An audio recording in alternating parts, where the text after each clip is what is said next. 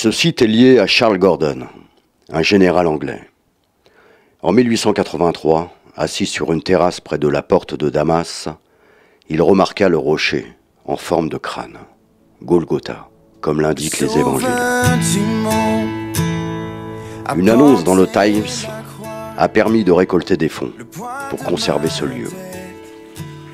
La tombe, quant à elle, avait été découverte en 1867, par hasard, au cours des fouilles réalisées par Conrad Schick. En 1970, Kathleen Kenyon data la tombe comme étant du 1er siècle.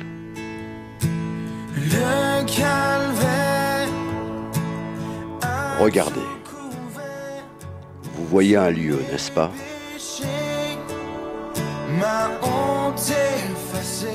Moi, je vois une histoire, une réalité biblique. Car les fleurs se fanent, les plantes meurent, les murs s'usent, les montagnes s'effritent. C'est quoi le plus important? L'endroit où a été plantée la croix, ou que Jésus soit mort dessus?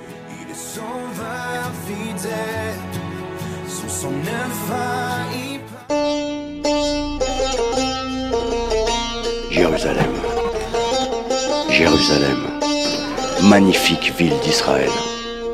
Tu es pour nous chrétiens le centre du monde, le commencement de notre foi, notre héritage. D'où que vous veniez, quelle que soit votre culture, vos croyances, cette ville ne vous laissera pas indifférent. Et si vous êtes chrétien, vous allez être submergé d'émotions. C'est la terre de Jésus. Chaque coin et recoin de cette ville est marqué par l'histoire de la Bible, par l'histoire de Jésus. Beaucoup de chrétiens viennent ici pour en quelque sorte marcher sur les traces de Jésus. Mais 2000 ans nous séparent de l'époque de Jésus. Peut-on vraiment marcher aujourd'hui où Jésus a marché? Venez, suivez-moi, nous allons tenter l'expérience. À quelques mètres d'ici, s'est joué le destin de l'humanité. Venez, suivez-moi. Regardez, un beau jardin, une atmosphère authentique du temps de Jésus. Lieu d'accueil, de méditation pour tous, chrétiens ou non chrétiens. Ici, nous sommes les témoins de l'histoire de notre salut. Une incroyable histoire, dramatique et magnifique à la fois. Une histoire unique qu'aucun homme n'aurait pu imaginer, aucun cinéaste, aussi talentueux soit-il. C'est une histoire d'amour extraordinaire entre Dieu et son peuple, entre Dieu et l'humanité.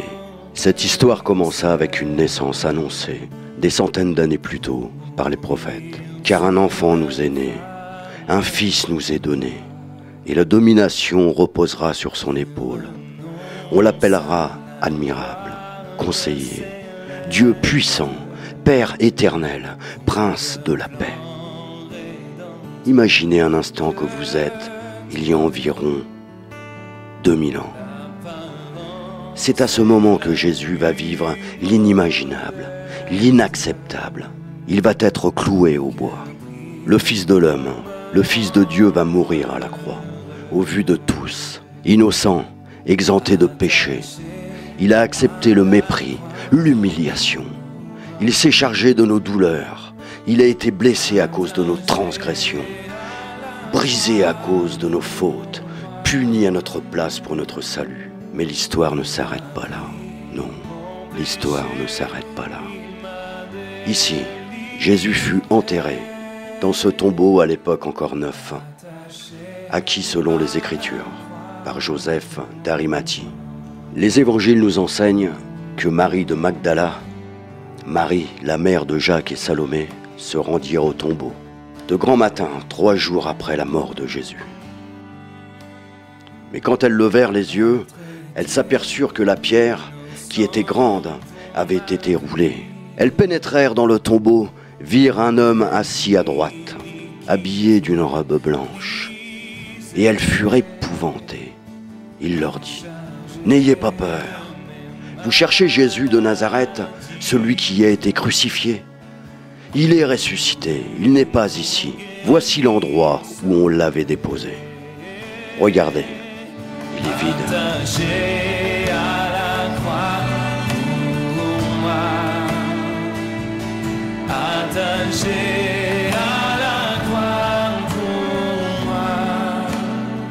Oui, Christ est mort, mais bien plus, il est ressuscité. Il est à la droite de Dieu, et il intercède pour nous. Il n'y a donc maintenant aucune condamnation pour ceux qui sont en Jésus-Christ. Il suffit de croire que Jésus est mort pour toi et tu seras sauvé. Il est monté au ciel, c'est vrai. Mais il ne nous abandonne pas. Par son esprit, il est avec nous tous les jours, jusqu'à la fin du monde, jusqu'à ce qu'il revienne. Mais ça, c'est une autre histoire.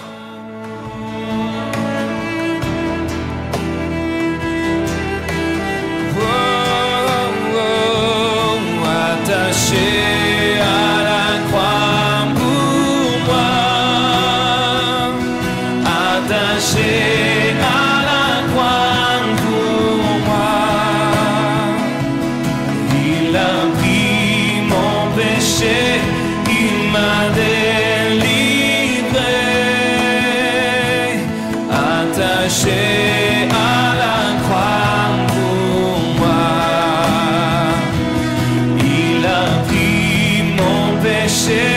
Il m'a délivré, attaché à la croix pour moi. Tu es là, tu es là, tu es là, l'ami fidèle, c'est toi Jésus.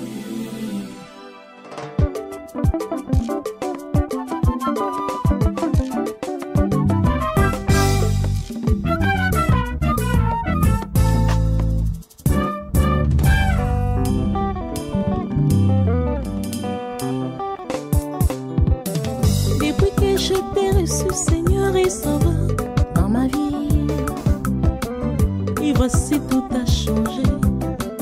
Dis que tu m'as appris à pardonner et à aimer.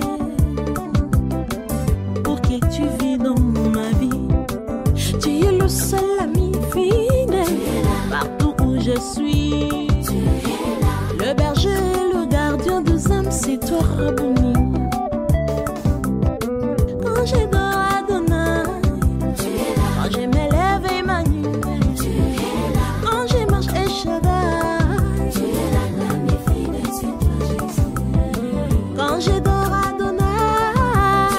quand je me lève, Emmanuel, quand j'ai marché Shaddai, l'ami fidèle, c'est toi, Jésus.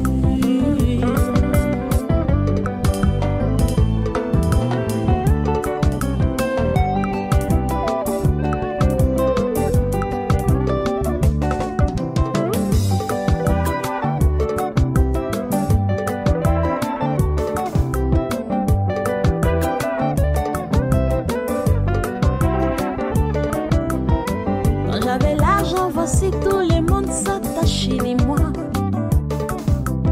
Maintenant, je n'ai plus rien, tout le monde m'ont tourné les dos. À cause de la réalité que je vis aujourd'hui. Mes enfants, ma famille, et des gens que j'ai aidés, même mon ami intime, ils m'ont tous abandonné. Oh, quelle solitude!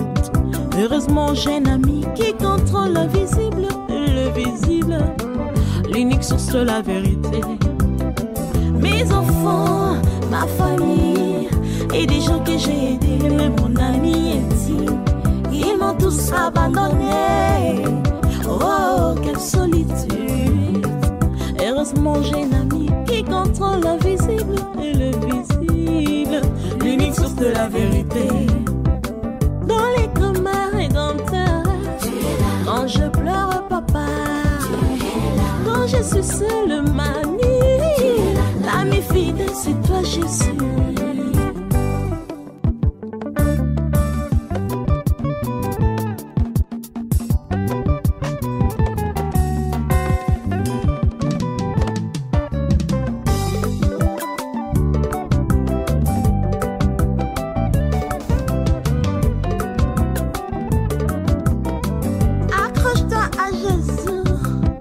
L'exemple suprême de l'âme et vainqueur de l'amour.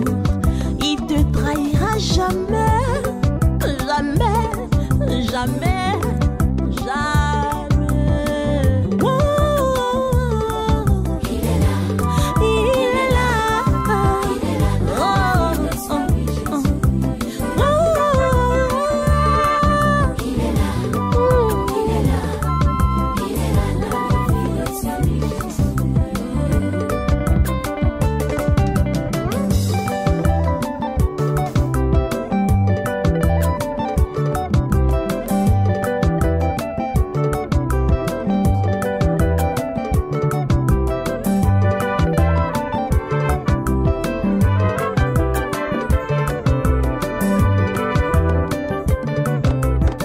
Accroche-toi à Jésus, l'exemple suprême de l'homme et vainqueur de la mort.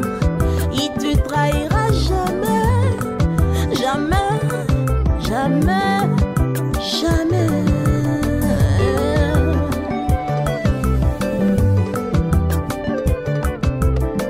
Quand je m'abandonne, quand je me lève, Seigneur, quand je marche échappée.